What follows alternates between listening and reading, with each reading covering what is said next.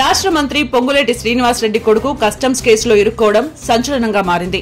Luxury వాచ్లు smuggling చేశారని customs ఆయనకు నోటీసులు ఇచ్చింది. అయితే ఈ ఇష్యూ రాజకీయంగా దుమారం రేపుతోంది.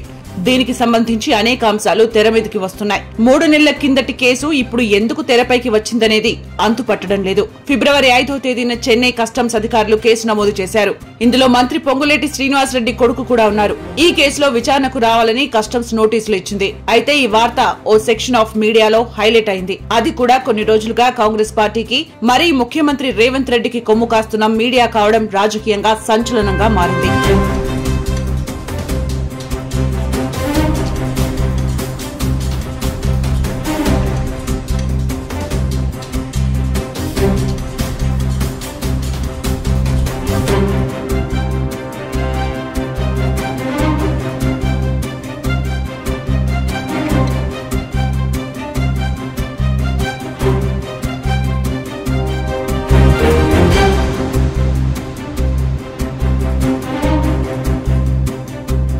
ప్రతిరోజు కాంగ్రెస్ కు బాకాలూదుతున్న ఛానళ్లు పొంగులేటి కొడుకు స్మగ్లింగ్ కేసులో పొంగులేటి కొడుకు హర్షారెడ్డి అంటూ వార్తలు ప్రసారం చేశాయి. కాంగ్రెస్ వ్యతిరేక మీడియా రాస్తే పెద్దగా పట్టించుకోవాల్సిన పని లేదు. కానీ కాంగ్రెస్ అనుకూల మీడియా ఇలాంటి వార్తలు వేయడం అనేక అనుమానాలకు తావిస్తోంది. రాష్ట్రంలో రైతులు పడుతున్న ఇబ్బందులు, తాగునీళ్ల కోసం ప్రజలు పడుతున్న ఇబ్బందులు చూయించడానికి కూడా జంకుతున్న కొన్ని ఛానళ్లు ఏకంగా ఓ మంత్రి కొడుకు స్మగ్లింగ్ కేసులో ఇరుక్కున్నాడన్న వార్త వేయడం సంచలనంగా మారింది. నిజానికి ఫిబ్రవరి 5వ తేదీనే దీనికి సంబంధించి చెన్నై కస్టమ్స్ అధికారులు విచారణ జరిపినట్టు తెలుస్తోంది.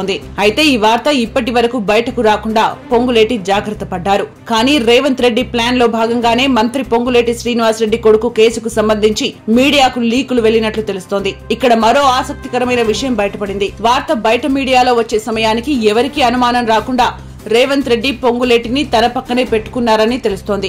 భవిష్యత్తులో పొంగులేటి బీజేపీలోకి వెళ్తే కుమారుడి కేసు కారణంగానే వెళ్లారని ప్రచారం చేసేందుకు ముందే ప్రణాళిక రచించారని ప్రచారం జరుగుతోంది.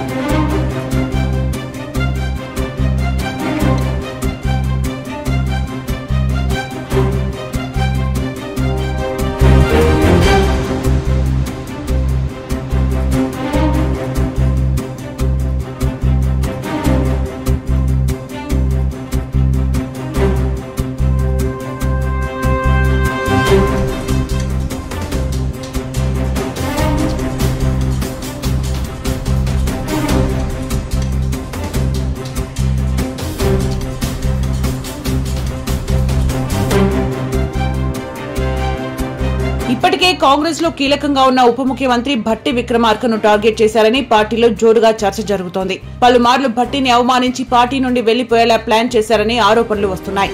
యాదాద్రి పీఠ ఘటన మర్చిపోకముందే తుక్కుగూడ జనజాతర సభలో భట్టి కాన్వాయ్ ని అడ్డుకున్నారు. రాచకొండ పోలీస్ కమిషనర్ స్వయంగా భట్టి డ్రైవర్ శ్రీనివాస్ పై చేయి చేసుకున్నారు.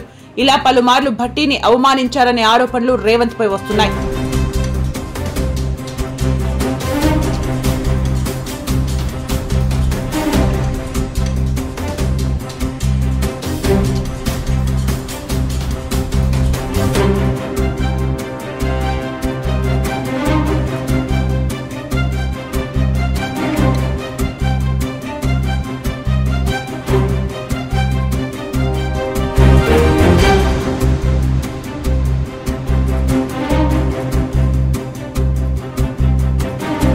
భట్టి కంటే ముందే చెల్లి సీతక్కకు ముఖ్యమంత్రి రేవంత్ రెడ్డి చెక్ పెట్టారనే వాదనలు కూడా బలంగా వినిపించాయి. తెలంగాణలో కాంగ్రెస్ ప్రభుత్వం వచ్చిన కొత్తలోనే మంత్రి సీతక్కకు సంబంధించిన 7 ఇసుక లారీలు భద్రాచలంలో దొరికాయనే వార్తలు గుప్పుమన్నాయి. ఆ తర్వాత ఆ నెపాన్ని మొత్తాన్ని పీఏ మీద నెట్టి ఆమె తప్పించుకునే చర్చ కూడా జరిగింది. దాంతో పాటు సీతక్కకు క్లోజ్ దోస్తు జాన్ జిగ్రీ అయిన సబ్ రిజిస్ట్రార్ ఏసీబీ కేసులో దొరకడం వెనుక కూడా ప్రభుత్వ పెద్దల హస్తముందనే ప్రచారం ఉంది. సీతక్కను లాక్ చేయడం కోసమే ఇదంతా చేశారని కాంగ్రెస్ పార్టీ నుంచే లీకులు వస్తున్నాయి.